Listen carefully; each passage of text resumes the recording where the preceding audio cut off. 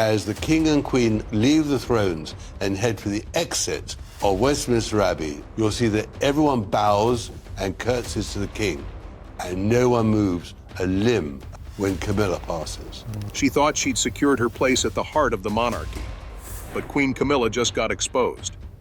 After a royal title meant for a senior prince was shockingly handed to Princess Charlotte, Camilla's private fury exploded into a full-blown meltdown.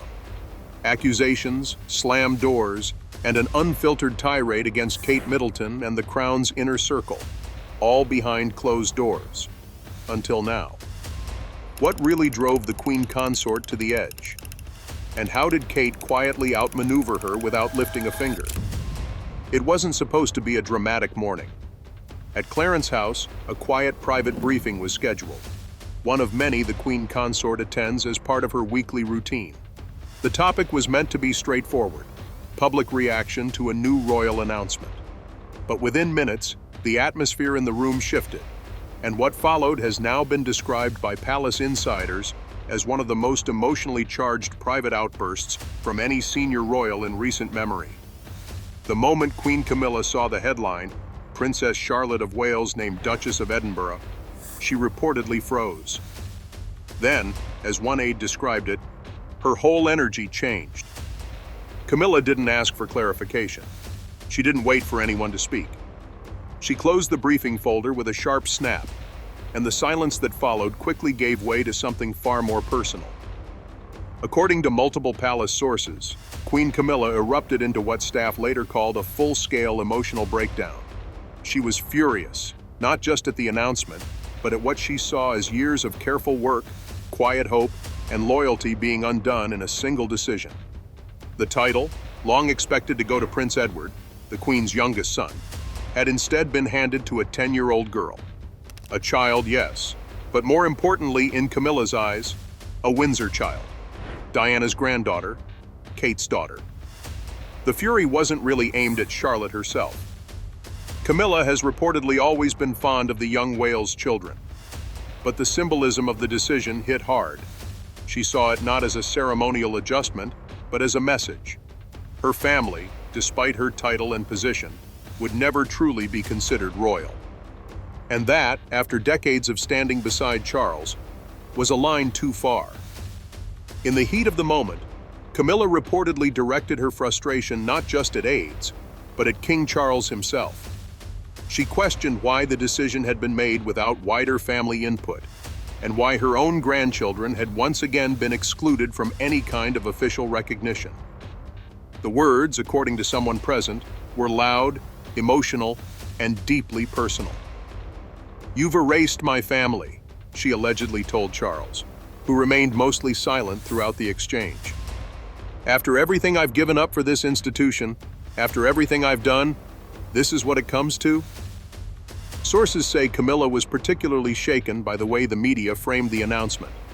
Headlines called Charlotte the future face of the monarchy, the crown's rising star, and even a modern-day royal icon in the making.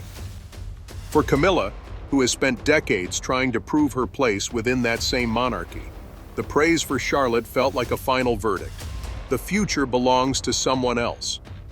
The Queen's grandchildren, Eliza, Gus, Louis, and Freddie, are not royal in any official capacity. They've appeared at events, stood behind her at weddings and jubilees, and supported her during significant milestones. But they hold no titles, perform no duties, and have no place in the line of succession.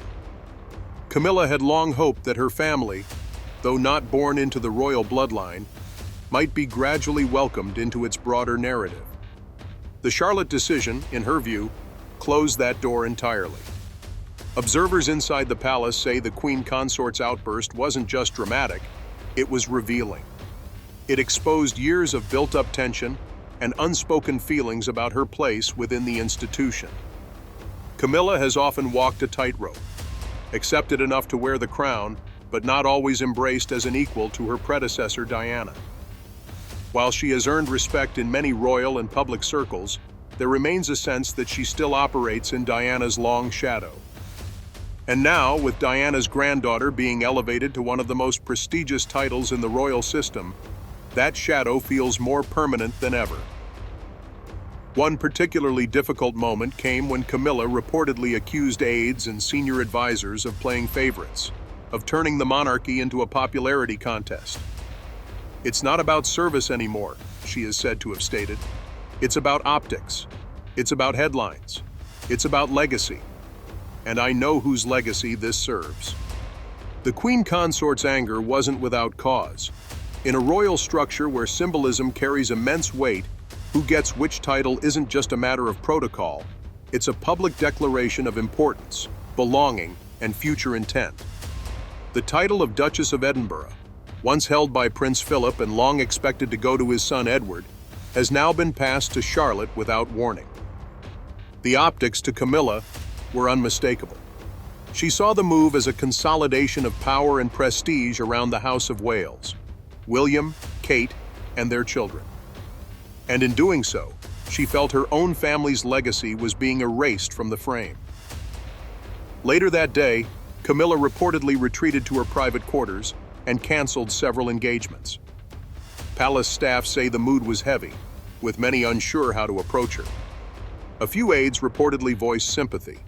Others were more pragmatic, seeing the reaction as emotional but unavoidable. One senior source put it plainly. This was personal. The Queen didn't lose her temper over protocol.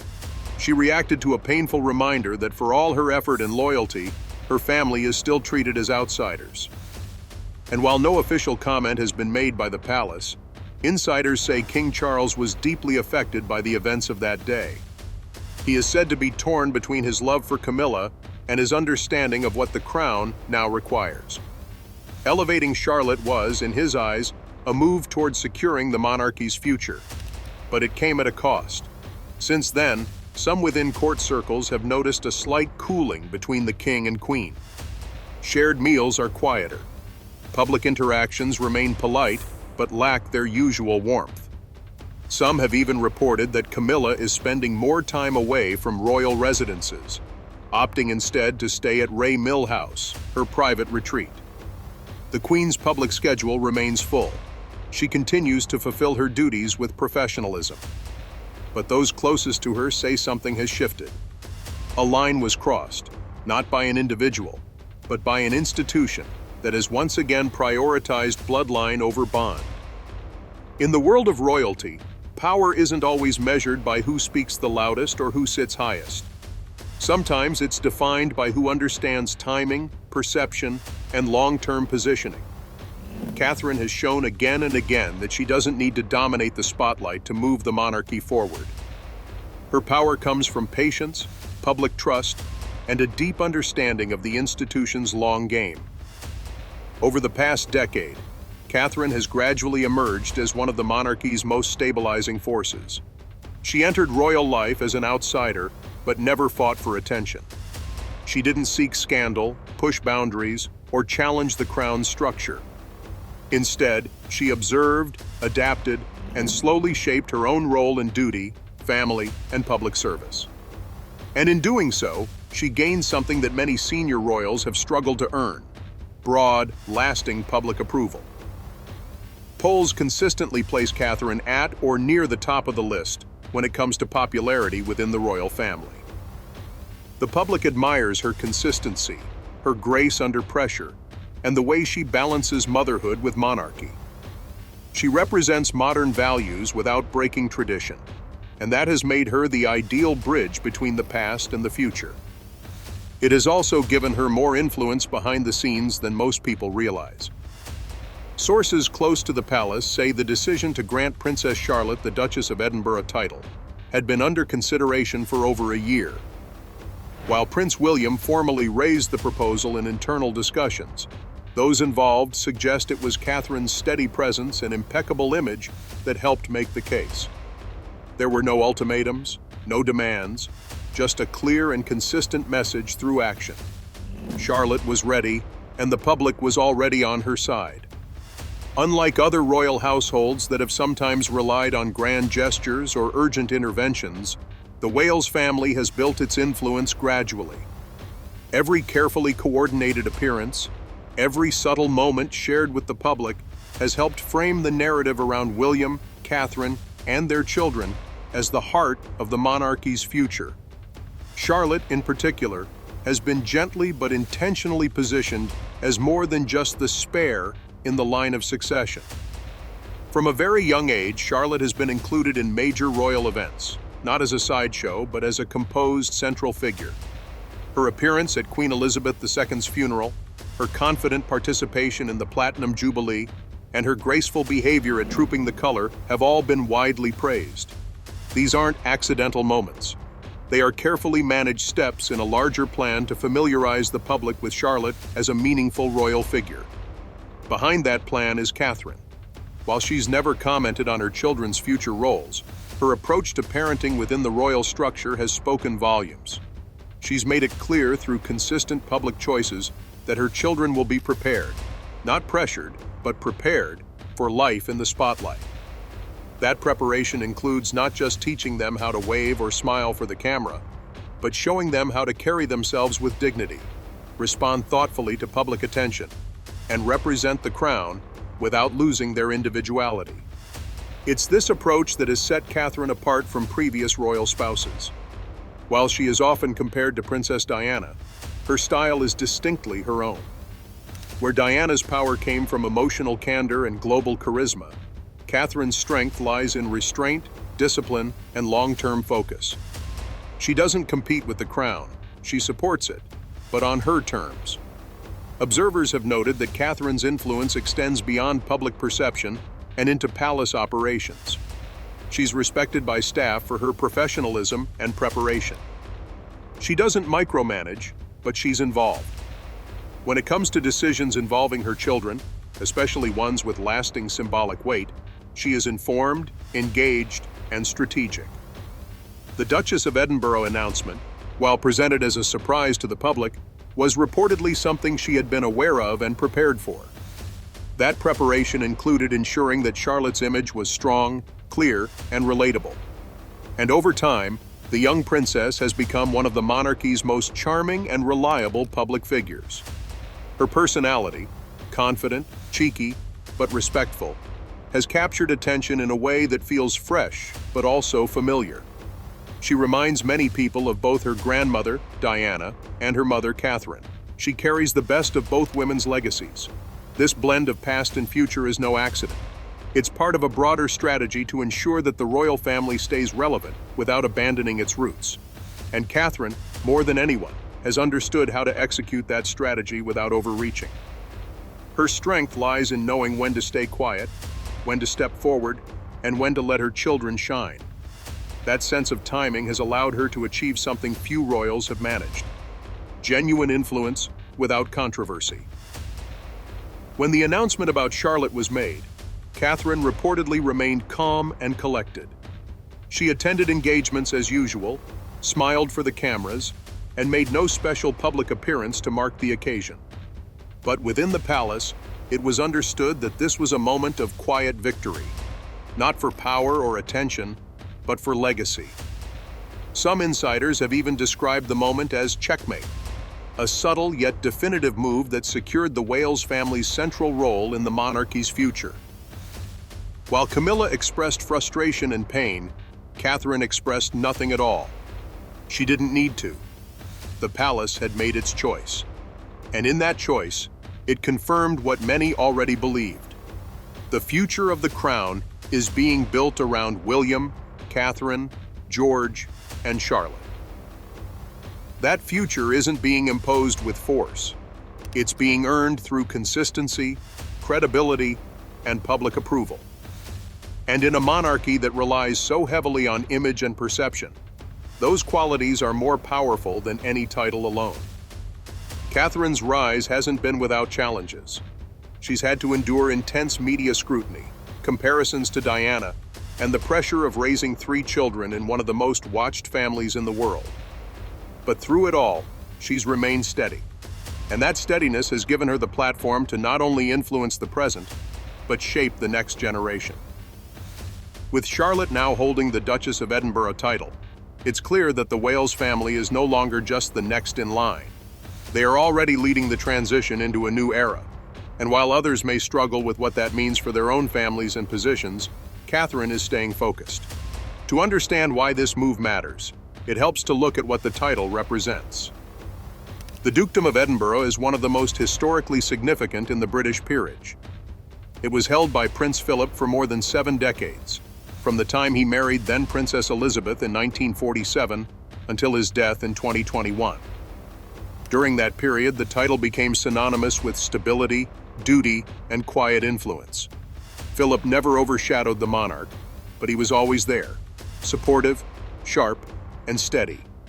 His legacy helped shape what a modern consort could be. For years, the expectation had been that the title would be passed down to Prince Edward, the Queen's youngest son. In fact, in 1999, Buckingham Palace issued a statement noting that Edward would eventually inherit the title following his father's death. It seemed like a done deal. And yet, more than 2 years after Prince Philip's passing, the dukedom took a surprising turn. It didn't go to Edward. It went to a 10-year-old girl. That change raised eyebrows, but it wasn't made in haste. According to palace insiders and royal analysts, the decision was the result of months of internal discussions involving King Charles, Prince William, and senior advisors.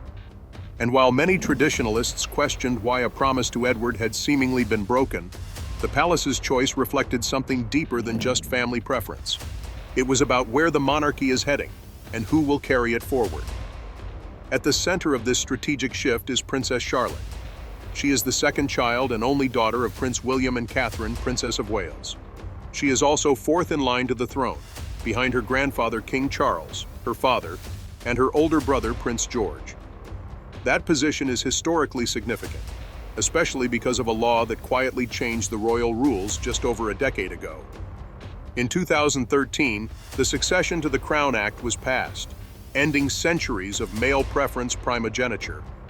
That meant sons would no longer take precedence over daughters in the line of succession. For Charlotte, this change meant everything. Had she been born just a few years earlier, she would have been bumped down the line by her younger brother, Prince Louis. But under the new law, her place was protected. She would not be displaced simply because of her gender. That reform, while largely celebrated at the time, didn't receive the attention it deserved. It was a turning point, one that opened the door for decisions like this. For the first time, a royal daughter could retain her place in line, and with it, the opportunity to hold meaningful titles and roles. The monarchy, still rooted in tradition, was beginning to evolve. Granting Charlotte the title of Duchess of Edinburgh builds on that evolution. It signals that the crown is not only honoring the letter of the law, but embracing its spirit. It shows that royal daughters, especially those close to the throne, will no longer be limited to decorative or secondary roles. They will be seen, prepared, and positioned as essential parts of the institution's future. It also makes sense from a symbolic perspective. Charlotte's public presence has already made an impact. She's appeared at major state events, demonstrated a strong sense of composure, and shown an ease in public that feels remarkably natural for her age. She's not just the sister of the future king. She's becoming a public figure in her own right, and the title reflects that.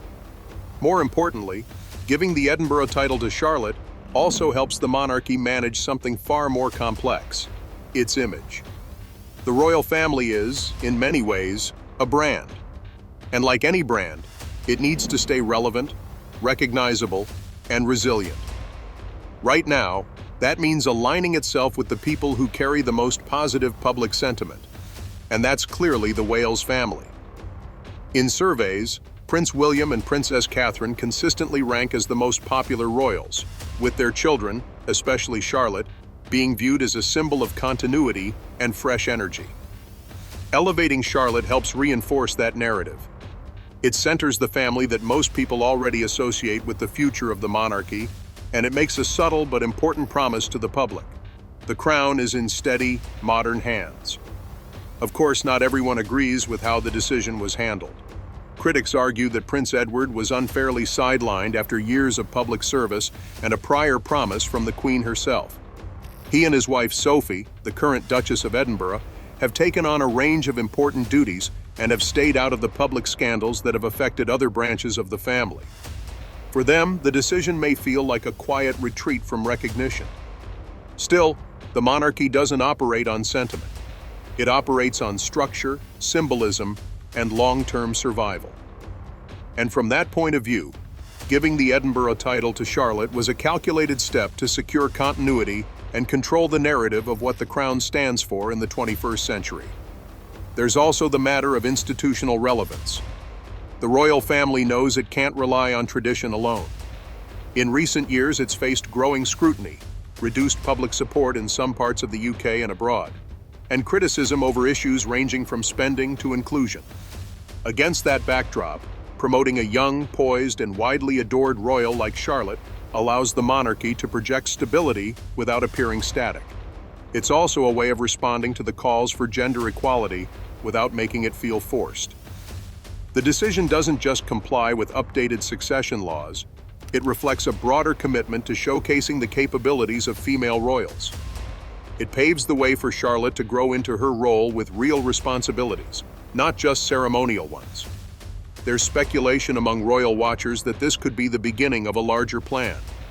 Some believe Charlotte may eventually be named Princess Royal, a title currently held by Princess Anne, which traditionally goes to the eldest daughter of the monarch. While that wouldn't happen until King Charles's reign ends and Prince William ascends, the groundwork is already being laid. Titles like Duchess of Edinburgh are not handed out casually. They're part of a larger framework, a path. It's also worth considering how this shift changes public expectations. Charlotte now holds a title with real history, and that comes with public interest and attention. Her future engagements will carry more weight. Her role within the family will be interpreted differently, and the choices her parents make, from schooling to public appearances, will all be seen in the context of preparing a future leader, not just a royal child. While the public celebrated Princess Charlotte's historic new title, and the royal family leaned into a polished narrative about modernization and continuity, there was another side to the story, one that wasn't addressed in official statements or photo ops. Behind palace walls, the emotional fallout was far more complicated. And for Queen Camilla, it marked a painful moment of realization that, even with a crown on her head, her own family would never truly be part of the institution she helped support. Camilla's grandchildren, through her children Tom Parker Bowles and Laura Lopes, have been part of her life from the beginning of her royal journey. They have accompanied her to family events, stood beside her during weddings and ceremonies, and appeared briefly in the public eye, particularly Eliza Lopes, who served as a flower girl in Prince William and Catherine's 2011 wedding. At the time, there was speculation that this visibility signaled an openness from the palace to gradually include Camilla's family in royal life, at least symbolically. But in the years since, that inclusion hasn't happened. Her grandchildren have remained private citizens, with no titles, no patronages, and no expected future roles within the monarchy. They attend school, live largely out of the spotlight, and are rarely mentioned in official royal materials. And while this separation may seem logical, after all, they have no Windsor blood and are not in the line of succession, it hasn't made it easier for Camilla to accept. Sources close to the Queen have said that she has long hoped her family would be acknowledged in some way, even if not formally integrated. While she understood that royal duties and titles are reserved for those with specific roles, she quietly believed that her decades of loyalty to Charles and the monarchy itself might create space for her family to be recognized in a more permanent way. That hope, however modest, was reportedly crushed by the announcement about Charlotte. To Camilla, the decision to award the Duchess of Edinburgh title to a Windsor child, especially one so young, wasn't just a break from expectations. It was a reminder of where the line is drawn. The monarchy, for all its efforts to appear inclusive, still clings to bloodline and legacy as the ultimate markers of belonging. And in that context, Camilla's grandchildren were never truly in the conversation. One palace aide who spoke anonymously described Camilla's reaction as a mix of heartbreak and humiliation. She didn't expect her grandchildren to be working royals, but she hoped they wouldn't be invisible. The aide added that the comparison between Charlotte and Eliza Lopes became particularly painful. They're similar in age. They've both had moments in the public eye. But only one is being prepared to carry royal titles and duties, and the other is being left behind. The emotional weight of this exclusion has reportedly affected more than just Camilla. The dynamics within her marriage to King Charles have become increasingly strained in the months following the title announcement. While they continue to appear together publicly and remain united in official matters, sources inside the palace suggest that the Queen has spent more time at her private residence, Ray Mill House, choosing to step away from the intensity of life at Buckingham Palace and Clarence House. According to those familiar with the situation, Camilla and Charles have had quiet but difficult conversations about the direction the monarchy is heading. The king, while sympathetic to his wife's feelings, has remained firm in his belief that the institution must focus on its future core: William, Catherine, George, and Charlotte. It's not a personal rejection in his view. It's simply what the crown requires. But to Camilla, it feels personal. She has spent decades weathering criticism, rebuilding her public image, and walking a tightrope between acceptance and resistance. Her journey from being the most controversial woman in the royal orbit to wearing the Queen's crown was never smooth. She endured years of being publicly vilified and privately sidelined, all while standing beside the man she loved. And through it all, she held on to the hope that once she became Queen Consort, things would shift, not just for her, but for her children and grandchildren. Instead, she's now faced with a version of royal life where her family exists in the background, while Diana's grandchildren are placed front and center. The contrast is not lost on anyone inside the palace. Charlotte is being groomed as a symbol of the monarchy's future. Eliza, despite her early connection to a royal event, is barely mentioned. This imbalance has reportedly become an open wound for Camilla, one that's difficult to talk about but impossible to ignore. In private conversations, she has been overheard describing the situation as painful, unfair, and a reminder that her family will never be truly accepted. "It's not about jealousy," she reportedly told a close friend. "It's about being seen. It's about respect." Some within royal circles understand her perspective. They acknowledge that while the monarchy is based on lineage, it is still a family. And like any family, it must deal with the emotional consequences of choices made in the name of legacy. For Camilla, this decision was not just a headline, it was a message. One that reinforced the boundaries she has spent years trying to move. Her critics might argue that the monarchy was never going to absorb her family, that she knew from the beginning the limits of her role. But even so, it's easy to understand the personal conflict. Being Queen Consort without seeing your own grandchildren recognized in any visible way can feel like a hollow victory. You may wear the crown, but the legacy you leave behind, through your own family, remains detached from the institution you helped serve. And while the palace won't publicly address these tensions, those closest to the situation say the atmosphere has undeniably changed. There's a sense of quiet sadness around Camilla, even as she continues to fulfill her duties with professionalism and grace.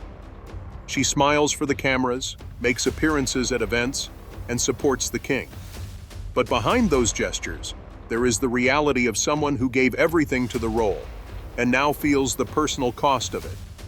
It also places King Charles in a difficult position. He is at once a monarch responsible for the continuity of the crown, and a husband who wants his wife to feel valued and respected. The choice to support William and Catherine's path and to center their children in the monarchy's future was likely not made lightly. But it has left him managing a quiet fracture, one that may not be visible to the public, but is deeply felt in private. In the end, the elevation of Princess Charlotte and the exclusion of Camilla's grandchildren is not just a story about titles. It's a story about what matters in the modern monarchy. Public image, bloodline, symbolism. These are the currencies of power. And for all the talk of change and inclusion, the crown still follows the oldest rules of all. It chooses those who fit the narrative and leaves others behind. Camilla may have earned her place beside the king, but the crown's story has moved on. It is now being rewritten around a younger generation. one that reflects the past through Diana and the future through Kate and Charlotte. That shift has consequences. And for Camilla, it means watching a story unfold that no longer includes her family. It's a hard truth in a world built on perception. Titles may look like honors, but behind everyone is a decision about legacy. And legacy in the royal family is rarely shared.